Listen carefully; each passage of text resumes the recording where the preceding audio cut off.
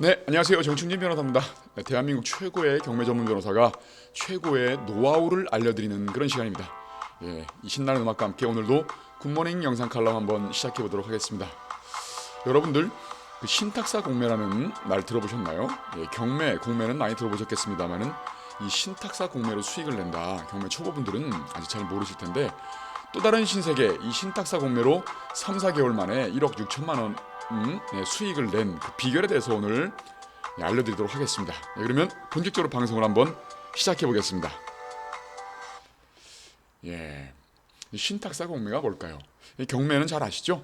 돈을 갚지 못했을 때에 법원에 경매를 신청을 해가지고 공개 경쟁 매각을 통해 가지고 낙찰이 되면 그 돈을 이제 채권자들이 나눠 갖는 거, 이게 경매이고, 공매 같은 경우에는 세금을 미납했을 경우에, 세금이 연체돼 있을 경우에 자산관리공사 같은 데에서 이제 주관을 해서 역시 공개 경쟁 매각 방식으로 다수에게 입찰을 해서 낙찰되면 세금을 징수를 하는 거겠죠. 근데 신탁사 공매는 잘 못 들어보셨을 텐데, 신탁사에서 이제 어떤 법적인 문제를 처리하기 위해서 이제 위탁된 그런 신탁사 소유의 매물들을 이것도 공개 경쟁 방식으로 해가지고 낙찰을 시킨 다음에 또 별도의 계약을 체결을 해서 이런저런 방식으로 이렇게 이제 처분하는 그런 것들을 신탁사 공매라고 하는데요. 기본적으로는 잘 알려져 있지 않다 보니까 경쟁이 되게 저조하겠죠. 경쟁률이 좀 낮고, 그리고 그러다 보니까 이제 수익도 좀 크고, 그렇습니다. 그래서 이 신탁사 공매에 대해서 제대로만 알아두신다고 한다 그러면 알찬 수익을 낼 수 있을 텐데요. 이 신탁사 공매를 통해 가지고 우리가 낙찰받은 실전 사례를 가지고 한번 공부를 한번 해보도록 하겠습니다. 그래서 신탁사 공매의 장점 단점을 한번 보게 되면은, 신탁사 공매 같은 경우에는 지금 이제 뭐 법인이나 다주택자, 뭐 몇몇 사업자 이런 사람들은 대출이 전혀 되지 않지 않습니까? 그런데 이렇게 이제 신탁사 공매를 통해 낙찰되면은 수의 계약을 통해서 매매 계약을 체결을 하는데, 그럴 때에는 기존의 대출을 승계하는 경우도 있다는 거죠. 그렇게 되면 대출을 못 받는 이 시기에 대출을 받고 작은 돈으로 부동산 투자를 할 수 있는 그런 유력한 방안이 될 수 있겠고요. 그리고 아까 말씀드렸다시피 경쟁이 되게 작다고 했지 않습니까? 신탁사 공매가 뭔지 잘 모르는 분들이 태반이기 때문에 경쟁이 작습니다. 경쟁률이 작다는 것은 그만큼 싸게 살 수 있다는 거겠죠. 이렇게 되면 수익도 크다, 이렇게 보시면 되겠고요.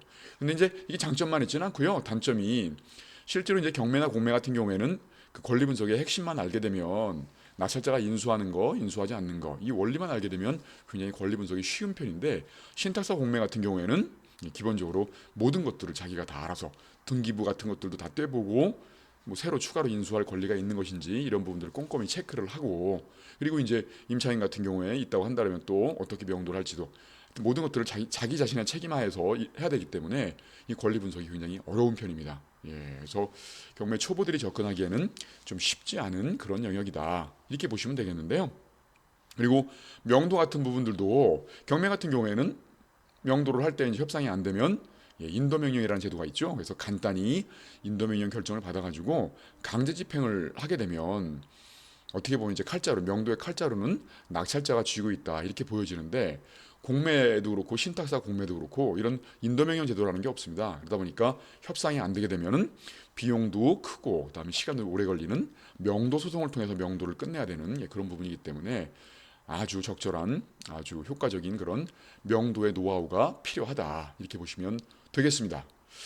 그래서 이제 저희가 이 신탁사 공매로 낙찰 받아가지고 아주 스펙타클하게, 뭐 일반적인 매매를 통해서 매각한 게 아니라 이 경매를 통해 가지고 또 매각을 하는 그런 기상천외한 그 숨겨진 풀 스토리가 있습니다. 이 부분들을 실전 사례를 보시면서, 유료 사이트에 들어가 가지고 실전 사례를 보시면서 한번 공부를 한번 해보도록 하겠습니다. 여러분들, 저희 이제 해피드림이라고 아시죠?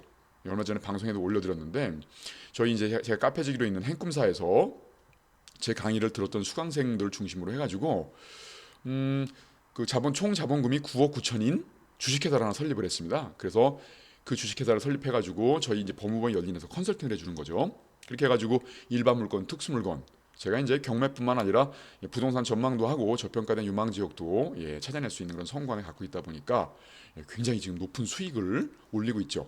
지난번에 방송을 해드렸을 때 한번 찾아보시면 나올 텐데, 지난번에 방송에서 거의 뭐 1년 수익률이 한 400% 정도 된다. 이제 뭐 법인이면 대출도 안 되고 하는데, 저희들은 대출을 뭐 무이자로 80%씩 받고 이렇게 진행하다 보니까 자본금이 9억 9천이지만 거의 40억에 가까운 물건을 낙찰받았다. 이런 식으로 방송을 하나 올려드린 게 있죠. 예, 그 방송을 보시면 되겠는데 그 해피드림 주식회사에서 낙찰받은 물건입니다. 예, 그러면 지금 유료정보 사이트로 가서 그 실전 물건을 보면서 한번 공부를 해보도록 하겠습니다. 그 전에 구독과 좋아요, 공유까지 눌러주시면 진심으로 감사하겠습니다. 예, 이게 이제 제가 보는 유료정보 사이트인데요. 유료정보 사이트에는 경매 물건을 검색할 수 있지만 이렇게 주로 경매 물건을 검색하지만 이렇게 공매 물건도 검색할 수 있고 기간 매각 물건 이게 바로 이제 신탁사 공매 물건인데요. 그 물건도 검색을 할 수가 있게 돼 있습니다. 보통은 이제 그 각 신탁사의 홈페이지에서 그 매각에 대한 그런 일정들이나 매각 조건 이런 것들을 볼 수 있고 그러니까 신탁사 홈페이지를 통해 가지고 물건을 검색하는데 가끔은 이렇게 이제 유료정보 사이트에서도 이렇게 제공을 하기도 하고요. 그리고 온비드 사이트 여러분들 공매할 때 어디서 들어가서 하죠? 온비드라는 그런 웹사이트에 들어가서 하죠. 온비드에서도 이게 기간 매각을 대행해준다. 신탁사 공매가 진행되기도 한다. 이렇게 보시면 되겠는데요. 이거는 제 유료정보 사이트에서 이제 검색한 그런 내용들인데 요 물건이 바로 저희 해피드림에서 낙찰받은 그 물건입니다. 그래서 경기 남양주시 다산동, 다산 신도시가 있는 곳이죠. 그래서 거기에 있는 하나 꿈에 그린 37평짜리 아파트이다. 이렇게 보시면 되겠는데 이 신탁사 공매 물건들은 정보가 되게 부실합니다. 그래서 모든 것들을 다 발품을 팔고 손품을 팔아가지고 여러분들이 직접 정보를 취득을 해야 되는 그리고 여러분들의 판단 하에서 움직여야 되기 때문에 되게 좀 초보들이 접근하기 좀 어렵다. 그렇습니다만은 뭐 툴만 익힌다고 한다면 여러분도 충분히 할 수 있으니까 그리고 저가에 경쟁 없이 알찬 수익을 낼 수 있다. 이런 전제하에서 이 신탁사 공매 물건도 관심을 많이 가지시길 바라겠습니다. 그래서 이 물건의 그 내용들 한번 보면은 감정가는 6억 6,200이다. 사실은 감정가가 좀 낮게 잡혔습니다. 이 시세가 당시에 7억 5천 정도 했었거든요. 근데 6억 6,200이고 최저가는 많이 떨어져가지고 2억 7,600만 원까지 떨어져 있는 상태였다. 뭐 입찰 방식은 일반 경쟁 최고가 방식. 그래서 최고가를 쓴 사람이 낙찰을 받는 것이다. 뭐 이런 식으로 보시면 되겠고요. 그리고 보증금은 경매랑 똑같이 최저가의 10%이다. 이렇게 보시면 되겠고요. 그리고 그 백오동이고 804호이다. 백오동이 로얄동인지 한번 볼까요? 백오동이 여기네요. 이거면은 앞에 이제 그 조망 되게 좋고 전면동이죠. 전면동에다가 조망도 좋고 8층이면은 나름대로 로얄층이고 이러니까 꽤 괜찮은 물건 같습니다. 그렇죠? 정남향의 좋은 물건이고 게다가 이제 위성 사진을 한번 보면 여기에 이제 초등학교 있죠, 중학교 있죠, 고등학교 있죠, 그리고 도농역 여기 중앙 도농역 바로 앞이고 그러니까 입지는 굉장히 좋은 것 같습니다. 그리고 여기가 다산신도시의 지금지구 그리고 여기가 진건지구 이렇죠. 다산신도시 8호선 연장선 들어오고 그 옆에 이제 왕숙신도시 쪽에 GTX 들어오고 BTX 들어가고 그리고 8호선 연장 뭐 9호선 연장 그리고 위쪽으로는 별내신도시 쪽으로는 4호선 연장 뭐 이런 것들이 지금 막 들어오기 때문에 굉장히 유망한 그런 지역이겠죠. 그러니까 여기가 이제 미사 강변 신도시가 강남권에 포섭이 될 만큼 굉장히 시세가 많이 오르고 있는데 바로 강 건너편이기 때문에 이거의 후광도 받을 수 있다. 그런 부분들 고려하면은 미래 가치는 굉장히 높죠. 게다가 이제 이 인근이 바로 왕숙 신도시인데 왕도 신도도 1, 2지구로 나눠져 있죠. 저 위쪽이 1지구 뭐 2지구 이렇게 나눠져 있는데 왕숙 신도시에서 당해 지역에 나름대로 이제 그 당첨이 되기 위해서 이쪽에 거주하고자 하는 수요들이 많이 생기다 보니까 전세가가 많이 오르고 있더라. 전세가가 오른다는 의미는 매매가도 상승할 수 있는 그런 동력이 충분하다. 뭐 이런 식으로 보면 되겠죠. 그렇습니다. 그래서 이 37평이면 거의 뭐 앞으로 한 2년 정도 갖고 있으면 9억 최소 9억 이상은 가지 않겠는가 그런 느낌이 드는 그런 좋은 아파트입니다. 그래서 저희가 이 시세가 7억 5천이고 감정가 6억 6천 이 아파트를 2억 7,400만 원 499만 원이니까 2억 7,500만 원 정도 선에서 낙찰을 받았습니다. 와 이거 어마어마하죠. 시세가 7억 5천인데 2억 거의 뭐 2억 7,500이다라고 한다면 이 차익이 도대체 이게 얼마인 겁니까? 이렇게 되면 어마어마한 차익을 봤다라고 생각하실 수 있겠습니다만 그렇지는 않습니다. 뭐냐면 이게 이제 그 온비디에 올라온 이 물건의 매각 조건입니다. 매각 조건에 보면은 명도 책임은 매수자한테 있다. 그리고 여기 이제 아주 유력한 조건이 하나 있죠. 근저당이 설정이 되어 있는데 그거는 매수인이 입찰 가격 외 별도의 금액으로 책임 처리하는 조건이다. 그리고 부가가치세 별도 이게 좀 중대한 평수이기 때문에 부가가치세 별도의 물건이다. 뭐 이런 식의 것들이 있죠. 조건이 있는데, 그래서 지금 이거는 2억 7,400은 저당권을 별도의 비용으로 처리를 해야 되기 때문에 실제로 낙찰가는 이 금액에다가 저당권 금액을 합친 금액이다, 이렇게 보시면 되겠는데, 저당권이 얼마인가요? 여기 보시면 여기 이제 등기부 내용인데요. 삼성생명이 근저당권자로서 갖고 있는데 삼성생명으로부터 채무자가 4억 1,160만 원. 그렇게 되면 뭐 2억 7,400에다가 4억 1,100을 더하면 거의 6억 9천 정도 되지 않습니까? 이렇게 되면 시세가 7억 5천이니까 아주 많이 싸게 산 것은 아니죠. 예. 또 그렇게 생각하면은 크게 메리트가 없는 물건이다라고 생각할 수 있겠습니다만, 그건 또 아니죠. 왜냐하면 요 설정 금액은 채권 최고액이란 말입니다. 그렇게 되면 실제로 대출 금액은 보통 채권 최고액이 대출 금액의 120%, 130% 설정되니까 실제로 그 근저당권의 그 대출 금액의 총액은 3억 3천 정도, 3억 4천 정도 이렇게 추정이 된 거죠. 그렇게 되면 3억 3천, 만약에 3억 3천이다라고 치면은 이게 이제 2억 8천 정도니까 6억 천 정도에 이걸 매입한 꼴이 되지 않습니까? 7억 5천짜리 최소, 호가가 7억 5천, 호가는 8억까지 나오고 있습니다. 근데 7억 5천 그 6천 되는 그 아파트를 6억 1천만 원, 2천만 원에 산 꼴이 된 거니까 굉장히 저렴하게 산 꼴이 되는 거죠. 반전이 심하죠. 이랬다 저랬다. 그런 상태고, 이 저당권도 처리를 해야 되지만 여기 이제 압류도 있지 않습니까? 이 등기부 이 압류는 어떻게 처리할 것인가? 근데 이 압류가 언제냐면 위탁자인 전소유자가 이 세금을 체납한 게 아니라 소유권이 넘어간 뒤에 이 국제자산 신탁이 세금을 체납해가지고 남양주시로부터 압류가 걸린 것이기 때문에 이 부분들은 국제자산 신탁에서 처리를 해주기로, 우리자산신탁으로 바뀌었죠 이름이, 거기서 처리를 해주기로 했기 때문에 이거는 떠안을 금액이 아니다. 그래서 우리가 떠안을 금액은 이거 삼성생명의 대출 원금인 3억 3천에서 3억 4천 원만 떠안으면 된다. 그렇습니다. 근데 재미있는 거는 이 물건이 지금 신탁사 공매로 나와 있지만 경매도 진행 중이었다는 거죠. 2024경 7596일로 경매도 진행 중이다. 이런 부분들. 그래서 이 법적인 문제를 정리를 할 때에는 이 등기부상에 이런 떠안을 권리가 얼마인지를 정확히 산정해야 되는 방법 것들, 그리고 혹시라도 세금들이 있을 수 있다고 한다면 그 부분들도 우리가 이제 떠안을 수 있기 때문에 그 부분도 확인을 해야 되고요. 그리고 임차인이 있다고 한다면 또 임차인의 보증금 이런 부분들도 떠안을 걸지를 확인해야 되기 때문에 굉장히 확인해야 될 것들이 많고, 잘못 확인하게 되면 모든 리스크는 낙찰자가 떠안게 된다. 그래서 뭐 매각 불허가 신청이니 매각 취소 결정이니 이런 걸 할 수가 없다는 거죠. 그러니까 되게 좀 리스크가 좀 있는 부분인 거죠. 그렇지만 저희 같은 프로들은 뭐 일견 보면 다 처리할 수 있으니까 깔끔하게 정리를 했죠.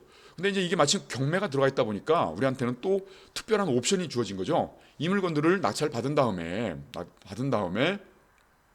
요 근저당권을 변제를 하고 경매를 취하시킨 다음에 이 소유자를 명도를 한 다음에 이제 전세를 놓거나 팔거나, 그렇죠. 그렇게 진행하든가 아니면 이 경매를 진행시켜서 그대로 진행을 시킵니다. 그렇게 되면 낙찰가가 생길 거지 않습니까? 그러면 그 낙찰가에서 이 근저당권이 먼저 변제가 되고 나머지는 소유자인 우리한테 잉여금으로 배당이 되겠죠. 그 배당금을 찾을 것인가? 이 두 가지 옵션을 한번 고려해 볼 수 있겠죠. 그리고 또 이제 이 신탁사 공매가 좋은 점은 뭐냐면 이 저당권을 그대로 승계를 하다 보니까 실제로 들어가는 돈은 2억 7,400밖에 안 됐다. 이렇게 되니까 실제로 이런 물건을 7억 5천에 살 때에는 취득세도 7억 5천을 기준으로 취득세를 내야 되지 않습니까? 그 부분도 굉장히 센데 이거는 2억 7,499만 원에 대한 취득세를 내니까 취득세 절감 효과도 있고, 그다음에 대출을 마치 60%를 받고 매입하는 그런 형태의 모습을 보여주다 보니까 신탁사 공매 매력이 굉장히 한층 좀 높아지는 그런 모습을 보여주고 있습니다. 그리고 이런 상태인데 저희가 이제 이 부분들을 어떻게 처리를 할 것인가를 좀 고민을 좀 해봤습니다. 이거를 아까 말씀드린 것처럼 두 가지 옵션 중에서 매각을 이거를 갚아버리고 저당권을 갚아버리고 경매를 취소시킨 다음에 전세를 놓거나 매각을 할 것인가, 아니면 경매로 낙찰을 시킬 것인가, 이 부분을 생각할 때 고려해야 될 점은 그런 게 있었었죠. 이게 우리가 작년에 이걸 받은 거기 때문에 올해부터는 건물 이 법인이 해피드림은 법인이기 때문에 법인이 이제 그 주택들을 매각할 때는 뭐가 되죠? 추가과세라고 해가지고 법인세 이외에 추가과세 10%가 이제 부과가 됐는데 올해 이제 1월 1일부터는 20%로 늘어나지 않습니까? 그런데 그 전에, 그러니까 작년에 팔게 되면은 그 추가과세도 10%로 좀 작은 편이고, 게다가 이제 이게 그 중대형 평수다 보니까 법인이 중대형 평수를 매각할 때에는 건물분 또 부가세를 내야 되지 않습니까? 이렇게 되면 그 부분도 한 2, 3천만 원 더 내야 되는 상황이고, 게다가 이제 또 종부세가 내년 6월 1일부터는 종부세도 6%, 단일세지 않습니까? 그런 부담들을 고려할 때 과연 이 물건을 전세를 놓고 2년을 가져가게 되면 당연히 9억, 10억까지 올라갈 수 있는 가능성이 있어 보이지만 그럼에도 불구하고 이 부가적인 세금들이 너무 많으니까 과연 그럴 필요가 있겠는가라는 생각이 있었고요. 근데 만약에 이걸 경매로 올해 매각을 시킨다고 한다면 제값만 받고 팔린다고 한다면 경매로 팔게 되면은 건물분 부가세를 안 내게 되죠. 예. 우리 부가가치세법상으로 보면은 경매로 팔게 되는 것들은 재화의 공급으로 보지 않기 때문에 그렇습니다. 예, 그러니까 경매를 매각하게 되면은 건물분 부가세 2, 3천만 원 절약할 수 있겠고 그다음에 이제 작년에 팔게 되는 거니까 추가 과세 또 10%에 머무르니까 세금도 절세할 수 있겠고 당연히 뭐 종부세도 안 내게 되겠죠. 예, 그런 거 저런 거 부가적인 세금을 다 합치니까 한 1억 정도가 나오겠더라고요. 그러니까 지금 팔게 되면 1억을 또 절세하는 효과가 있을 수 있어서 경매로 팔아야겠다라는 생각도 있긴 있었죠. 그런데 중요한 핵심은 뭘까요? 경매로 과연 얼마에 낙찰될 것인가? 시세가 지금 호가가 8억까지 가고 있는데 만약에 뭐 이게 7억 2천 뭐 이렇게 팔리게 되면은 큰 수익은 없지 않습니까? 그래서 이렇게 생각을 했던 거죠. 경매가 진행되도록 내버려 두자. 그래서 낙찰가가 높으면 배당을 받고 잉여금 배당을 받고 나오는 걸로 하고 낙찰가가 낮다고 하면 그러면 이 경매를 돈을 갚아버리고 경매를 취소를 시켜버리자 이런 식으로 생각을 했던 거죠. 그래서 경매가 진행되는 걸로 내버려 두었습니다. 그러면 경매 절차가 어떻게 진행이 됐을까요? 한번 보실까요? 예. 이게 이제 경매인데요. 예.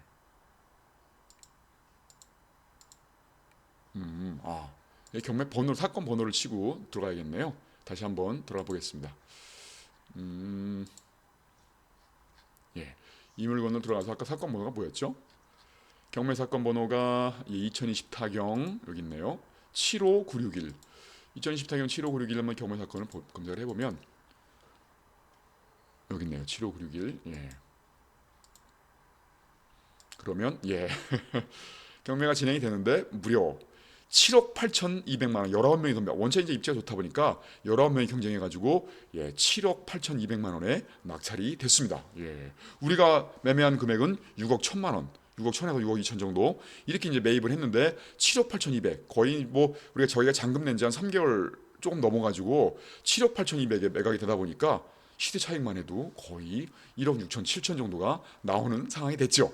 그래서 취소를 시키지 않고 어떻게 보면 뭐 명도도 해야 되고 저당권도 갚아야 되고 이렇게 비용도 많이 들고 또 전세도 놔야 되고 이런 절차에다가 또 세금도 되게 중과되는 거니까 차라리 이 정도 가격이면 경매로 매각하도록 내비두고 그리고 이 은행 삼성생명에 이 배당을 받도록 한 다음에 그 잉여금을 우리가 찾아오는 그런 걸로 했는데 보십시오. 삼성생명의 청구 금액이 3억 3,700. 아까 말씀드렸죠. 이 4억 1,100만 원이 아니라 이거는 채권 최고액이기 때문에 원금은 작을 것이다 라고 했는데 이 정도밖에 안 되지 않습니까? 그러니까 실질적으로는 우리가 얘네들이 은행에서 가져간 돈은 이자까지 친다 그러면은 한 3억 한 4천 몇백만 원 이 정도 수준 이렇게 됐죠. 이렇게 되면 아까 우리가 2억 7천에 받았으니까 6억 1천만 원, 2천만 원 꼴에 낙찰 받아가지고 7억 8,200만 원에 판 게 된 거죠. 이것도 3, 4개월 안짝에 모두 이루어진 일입니다. 어떤가요? 여러분들 정말 뭐 수익을 내는 방법이 정말 기상천외하죠. 우리가 들어간 돈은 2억 아까 2억 7천 대략적으로 뭐 세금 러프하게 그냥 3억이라고 치자고요. 그런 상태에서 4개월 만에 지금 1억 6천 7천의 차익을 낸 거니까 이 수익이 어마어마하죠. 수익률로 따진다고 한다면요. 이런 방식으로도 수익을 낼 수 있다는 겁니다. 이게 바로 프로들의 세계이고 여러분들도 배우시면 여러분들도 충분히 가능한 그런 일이 되는 거겠죠. 그래서 해피드림은 이렇게 경매, 공매, 주택만 받는 것도 아니고 뭐 토지, 공장 뭐 이런 식으로 다양하게 받을 수 있는데 게다가 이제 그 무이자로 대출도 80%씩 받고 하다 보니까 수익률이 굉장히 높을 겁니다. 그래서 많은 분들이 관심을 가지시면 되겠는데 여러분들도 주주의 자격이 될 수 있습니다. 카페에 가입하셔가지고 활동 열심히 하시다 보면 언젠가는 해피드림 또 뭐 9기, 10기 뭐 이럴 때 모집을 할 때에 주주가 되시면 놀라운 수익률을 체험하실 겁니다. 지금 은행 이자가 거의 뭐 1% 정도밖에 안 되지 않습니까? 그렇죠? 그리고 뭐 주식으로 한다 하더라도 뭐 5%, 평균 수익률 5% 넘기가 어려운데 무려 200~300%의 수익률을 낼 수 있는 물론 이제 새 전수익입니다. 새우로 하게 되면은 좀 달라질 수 있겠습니다만은 이 놀라운 수익률을 낼 수 있는 해피드림의 활약상 많이 기대해 주시고요. 앞으로도 이런 멋진 수익 모델들 여러분들께 알찬 수익 모델들을 알려드릴 테니까 행복한 부자로 가는 네, 많은 도움이 되시길 바라겠습니다. 저는 대한민국 최고의 경매 전문 변호사 정춘진 변호사였습니다. 감사합니다.